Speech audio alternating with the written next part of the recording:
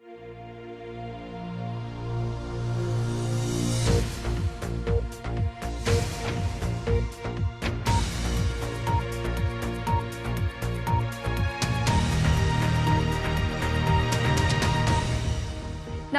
स्वागत है आप सबका। यह है बीबीसी दुनिया और मैं हूं शिवानी कोहुक। यूरोपीय संघ छोड़ने के फैसले के बाद ब्रिटेन में तेज हुई सियासी गतिविधियां। प्रधानमंत्री कैमरन के उत्तराधिकारी का चयन 2 सितंबर तक संभव। वित्त मंत्री ने कहा, आर्थिक हालात से निपटने के लिए पहले से की हुई है तैयारी।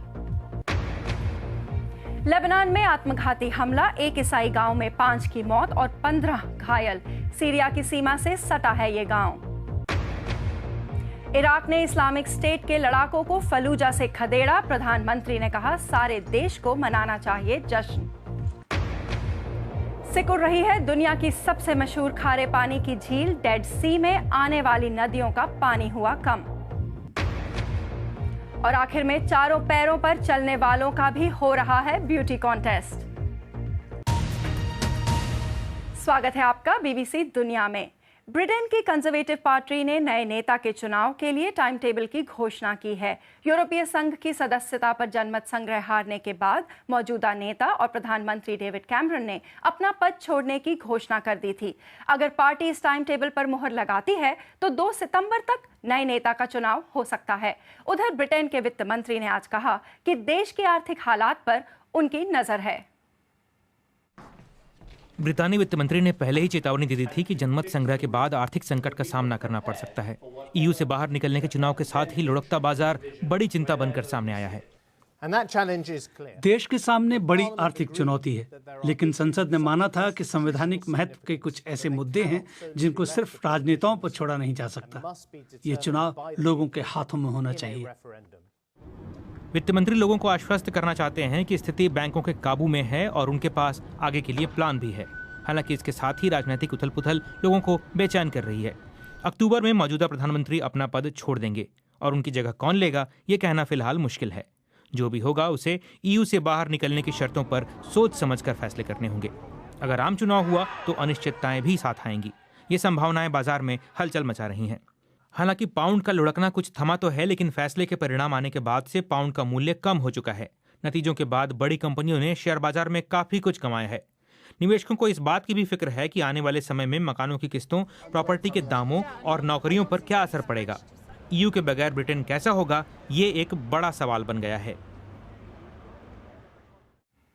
उधर ब्रिटेन के यूरोपीय संघ से बाहर आने की प्रक्रिया पर ब्रसेल्स में वार्ताओं का दौर शुरू हो गया है। जर्मनी की चांसलर एंगेला मर्केल ने एक प्रवक्ता ने कहा है कि इस मुद्दे पर गतिरोध किसी के हक में नहीं होगा। इन सारी बैठकों का मकसद ब्रिटेन के फैसले का एकमत होकर सामना करने की रणनीति तैयार करना है। यूरोपीय मामलों की जानकार जेरी डेविस बता रही हैं कि क्या है यूरोप के पास विकल्प। अब बात ये हो रही है कि हमें ब्रिटेन के यूरोपीय संघ छोड़ने का दुख है, लेकिन अब जो हुआ सो हुआ। अब बात ब्रिटेन की नहीं, यूरोपीय संघ की है। ये डर भी है कि बाकी यूरोप में भी कहीं ऐसी ही मांगे ना उठने लगे। तो एक खेमा ये मांग कर रहा है कि ब्रिटेन से सख्ती से बातचीत की जाए और संदेश दिया जाए कि बाहर निकलने के लिए वो मनमर्जी नहीं कर सकता। लेकिन वहीं दूसरा खेमा कह रहा है कि धीरज से काम लिया जाना चाहिए और ब्रिटेन को संघ छोड़ने से संबंधित योजना पर अमल के लिए थोड़ी मोहलत दी जानी चाहिए। और अब डिजिटल दुनिया की हलचल। सुरक्षा अधिकारियों के मुताबिक उत्तर पूर्वी लेबनान में एक आत्मघाती बम हमले में कम से कम 5 लोग मारे गए हैं और 15 से ज्यादा लोग घायल हो गए हैं। बताया जा रहा है कि 4 हमलावरों ने ईसाइयों के एक गांव में हमला किया। अल-मना टीवी का कहना है कि ये हमले इस्लामिक स्टेट ने किए हैं। इजराइल और तुर्की के बीच 6 साल बाद रिश्तों में थोड़ी गर्मजोशी आई है। 2010 में गाजा में फंसे लोगों के लिए सहायता सामग्री ले जा रहे तुर्की के एक जहाज पर इस्राइली गोलाबारी में 10 लोग मारे गए थे। तब से दोनों देशों में तनाव बरकरार था। अर्जेंटीना के स्टार खिलाड़ी लियोनेल मेसी ने अंतर्राष्ट्रीय फुटबॉल से संन्यास का ऐलान कर दिया है। अब वो अपने देश अर्जेंटीना का प्रतिनिधित्व नहीं करेंगे, लेकिन वो अपने क्लब बार्सिलोना के लिए खेलना जारी रखेंगे। कोपा अमेरिका कप के फाइनल में अर्जेंटीना की चिली के हाथों हार के बाद मेसी ने यह फैसला लिया। इराकी सेना ने फलूजा को तथाकथित इस्लामिक स्टेट के कब्जे से वापस हासिल कर लिया है और प्रधानमंत्री हैदर अल अबादी ने देशवासियों से इस पर खुशियां मनाने को कहा है, लेकिन शहर ने इसकी भारी कीमत अदा की है। 2014 में फलूजा इस्लामिक स्टेट के कब्जे में आने वाला पहला इराकी शहर था। अबादी ने कहा, बहुत जल्द IS के कब्जे वाले और ठिकानों पर भी इराकी झंडा लहराएगा। हफ्तों तक फलूजा इराकी सेना और इस्लामिक स्टेट की भिड़ंत में झुलसता रहा, लेकिन सेना अपने कदम एक एक कर आगे बढ़ाती गई। पहले भारी भरकम हथियारों से उन्होंने IS लड़ाकों का सामना किया और अब घर घर घुसकर उन्हें खदेड़ा जा रहा है। ये बिल्कुल आसान नहीं है। अगले किसी भी घर के कमरे में कोई आत्मघाती हमलावर भी छुपा हो सकता है। सेना उस आखिरी इलाके तक पहुंच गई है जिस पर लड़ाकों का कब्जा था। सेना के जनरल ने ऐलान किया कि इस आखिरी ठिकाने की वापसी के साथ ही फलूजा की जंग खत्म हो गई है। अपने वादे के मुताबिक हमने फलूजा को हासिल कर लिया है। तिक्रित, रमादी, फलूजा की तरह बहुत जल्द हम मोसुल और हवीजा पर भी कब्जा कर लेंगे।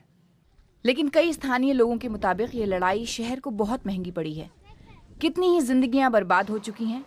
फलूजा के कितने ही लोग जान हथेली पर लिए भागे हैं और उनमें से हजारों अब शरणार्थी कैंपों में जिंदगी के सख्त थपेड़े झेल रहे हैं।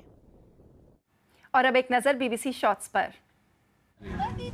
ये वो क्षण है जब सिंगापुर एयरलाइंस के मिलान जाने वाले विमान में इमरजेंसी लैंडिंग के बाद आग लग गई। उड़ान के 2 घंटे बाद पायलट ने घोषणा की कि इंजन में समस्या है और विमान को वापस उतारते ही उसका दाहिना इंजन लपटों में घिर गया। विमान में सवार सभी लोगों को सुरक्षित उतार लिया गया। इंद्रधनुष के रंगों में लिपटे लाखों लोग अमेरिका के न्यूयॉर्क शहर में समलैंगिकों के हक के लिए सड़कों पर उतरे। इस परेड में हाल ही में ऑरलैंडो में समलैंगिक नाइट क्लब में हमले के खिलाफ कई संदेश देखने को मिले। कंप्यूटर के युग में बच्चे अक्सर अपने दादा परदादाओं के खेल भूल चुके हैं, लेकिन युगांडा के स्कूलों में इस पुराने खेल ने नई जान भर दी है। डॉज बॉल या कोयपेना नाम के इस खेल को अब स्कूलों में सिखाया जा रहा है। डेड सी अमृत सागर मध्यपुर की एक बहुत बड़ी झील है जिसका पानी बेहद खारा है क्योंकि उसमें काफ़ी खनिज है, मगर चिंता जताई जा रही है कि ये मृत सागर वाकई ना मर जाए। दरअसल इस झील का स्रोत जॉर्डन नदी है और पानी निकालते जाने के कारण यह नदी सूख रही है। डेड सी धरती की सतह पर सबसे नीचे स्थित जगह जो और नीचे जा रही है। खनिज से भरपूर इस विशाल झील का पानी हर साल 1 मीटर से ज्यादा घट रहा है। इससे इलाका खूबसूरत भी हो गया है और खतरनाक भी। जमीन के भीतर मौजूद पानी के सूखने से पिछले साल यहाँ के बीच रिसोर्ट पर एक इमारत धीरे धीरे जमीन में धंस गई। यहाँ पिछले कुछ सालों से लोग दुखी हैं क्योंकि हमारा घर, ये इलाका बदलता जा रहा है, सिकुड़ता जा रहा है। डेड सी का मुख्य स्रोत है जॉर्डन नदी, मगर पानी की कमी से जूझते इसराइल, जॉर्डन और सीरिया इसका पानी खींचते जा रहे हैं, जिससे जॉर्डन नदी ही सूखती जा रही है। फिलहाल रेड सी को बचाने के लिए दक्षिण में लाल सागर से पाइपों से यहां तक पानी लाने की योजना बनाई जा रही है। यूरोप के देश लिथुआनिया में एक अनोखा ब्यूटी कॉन्टेस्ट हुआ। इसमें ना तो स्विम सूट थे और ना ही कोई भावुक स्पीच। हिस्सा लेने वाले रेड कार्पेट पे भी उतरे, लेकिन जाहिर है उनका अंदाज कुछ अलग ही था। लिथुआनिया के इस शहर के लोग बकरियों से बहुत प्यार करते हैं। यहाँ हर साल बकरियों के लिए एक ब्यूटी कॉन्टेस्ट होता है। आज हमारे यहाँ 7वीं बकरी सौंदर्य प्रतियोगिता है। इस प्रतियोगिता में हम सबसे बेहतरीन बकरी चुनेंगे जिसे एक ताज पहनाया जाएगा, ठीक मेरे सिर पर लगे ताज जैसा। तो सबसे पहले बैंड बाजे वाले आए, फिर सज धज कर निकली ये सुंदरियां। इनमें से 6 अंतिम राउंड तक पहुंची। इस प्रतियोगिता के जजों में स्थानीय सांसद, यहाँ के स्कूल के प्रिंसिपल और खीरों के किसान शामिल थे। ये बहुत अच्छा है। खाली समय में ऐसे आयोजन करने से बहुत मजा आता है। मुझे ये प्रतियोगिता इसलिए पसंद है क्योंकि मैं इसमें बड़े मजे से अपने परिवार के साथ वक्त बिता सकती हूँ। और जैसा कि हर ब्यूटी कॉन्टेस्ट में होता है, यहाँ भी एक बकरी विजेता बनी। इनाम में मिले केक, शहद और हजामत बनाने के लिए कूपन। हालांकि ये साफ नहीं कि बाल बकरी कटवाएगी या मालिक। दुनिया भर की खास खबरों के साथ हम कल इसी वक्त फिर हाजिर होंगे। तब तक के लिए BBC दुनिया की टीम को दीजिए इजाजत। नमस्कार।